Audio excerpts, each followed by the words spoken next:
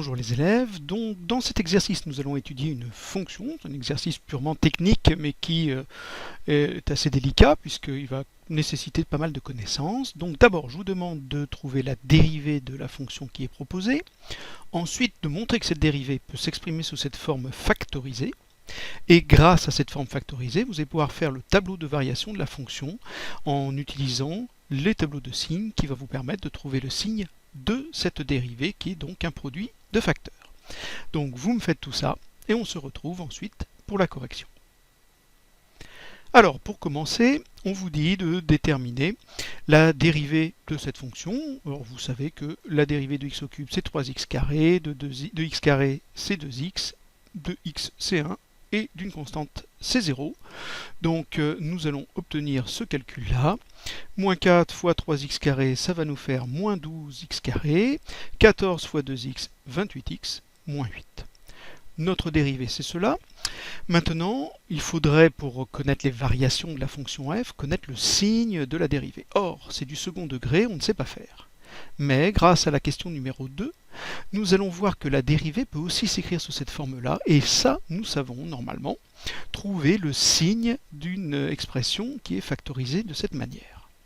Alors, comment je fais pour montrer que la dérivée qui est là, que j'ai trouvée, est égale à cette expression-là? Le plus simple, vous prenez cette expression et vous développez cette expression, et on devrait trouver celle-ci. Alors, allons-y. Développons. Vous avez les petits développements qu'on avait vu au collège, 4 fois 2, 8, moins 4x, on a donc 8 moins 4x, attention, il y a bien une parenthèse ici, le tout facteur de 3x moins 1. Puis c'est le double développement, on a donc 8 fois 3x, ça fera 24x, moins 8 fois 1, moins 8, moins 4x fois 3x, attention, moins 12x au carré, puisqu'on a x fois x, et moins 4x fois moins 1, ça fera plus 4x. On a donc 24x moins 8 moins 12x carré plus 4x. On a ici des x et des x qu'on peut ajouter, on aura donc 28x. Je mets dans l'ordre les x au carré moins 12x au carré plus 28x moins 8.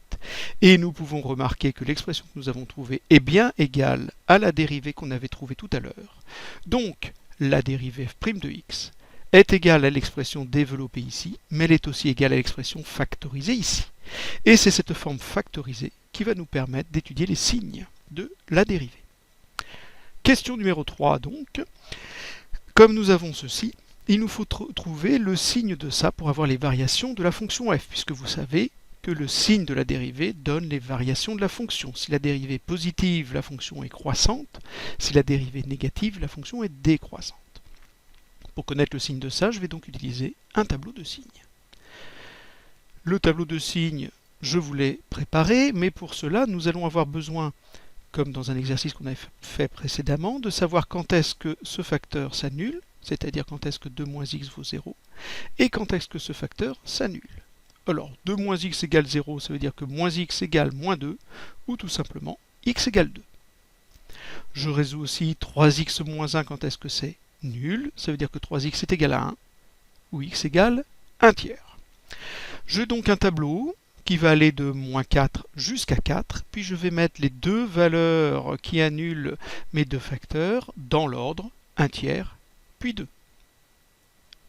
Je vais donc mettre 1 tiers ici et 2 ici. J'ai mis la ligne pour 4, qui est toujours positif, les signes de 2 moins x que je vais mettre ici, les signes de 3x moins 1 que je vais mettre ici, les signes de la dérivée, qui est donc le produit de ces trois lignes. Et une fois que j'aurai le signe de la dérivée, j'aurai les variations de la fonction croissant ou décroissant avec des flèches. Je vais donc indiquer 1 tiers et 2 dans cet ordre. Regardons maintenant la première ligne. 4 est un nombre qui est tout le temps positif évidemment, je vais donc avoir que des plus dans la première ligne. Ensuite, 2 moins x s'annule quand x vaut 2, nous l'avons vérifié ici. Je vais donc avoir 0 ici.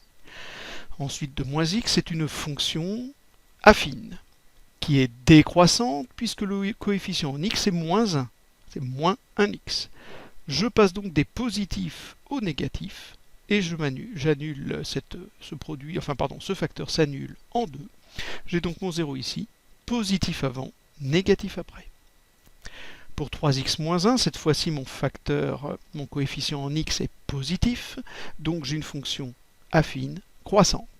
Je passe donc des négatifs aux positifs. J'ai donc un moins avant la valeur qui annule, qui est un tiers, et des plus après. Le signe de la dérivée, c'est donc le signe du produit de tout ça. Un positif fois un négatif, ça va me donner un négatif. Ici, le produit de 3 positifs me donnera un positif. Le produit de 2 positifs et d'un négatif me redonnera un négatif. J'ai donc les signes de la dérivée qui sont ceux-là. J'en déduis alors que ma fonction est sur cet intervalle décroissant, sur cet intervalle croissant, sur cet intervalle décroissant. Je le traduis par des flèches. Ma fonction f est donc décroissante pour x allant de moins 4 à 1 tiers, croissante pour x allant de 1 tiers à 2, puis décroissante pour x allant de 2 à 4. Je peux mettre les extrémités des flèches. Pour cela, il me suffit de calculer f de moins 4. Attention, je remplace ici x par moins 4. Et je prends une calculatrice, je vais donc faire moins 4 fois moins 4 au cube, et ainsi de suite. Je vous ai mis les résultats, 519, celui-là ne tombe pas juste, il y avait une fraction, puisque c'est un tiers, 155 27e, 15 et moins 57, c'est cohérent. Je monte jusqu'à 519, je redescends à 155 sur 27, qui est plus petit que 15, je remonte jusqu'à 15, et je redescends jusqu'à moins 57. Voilà pour cet exercice.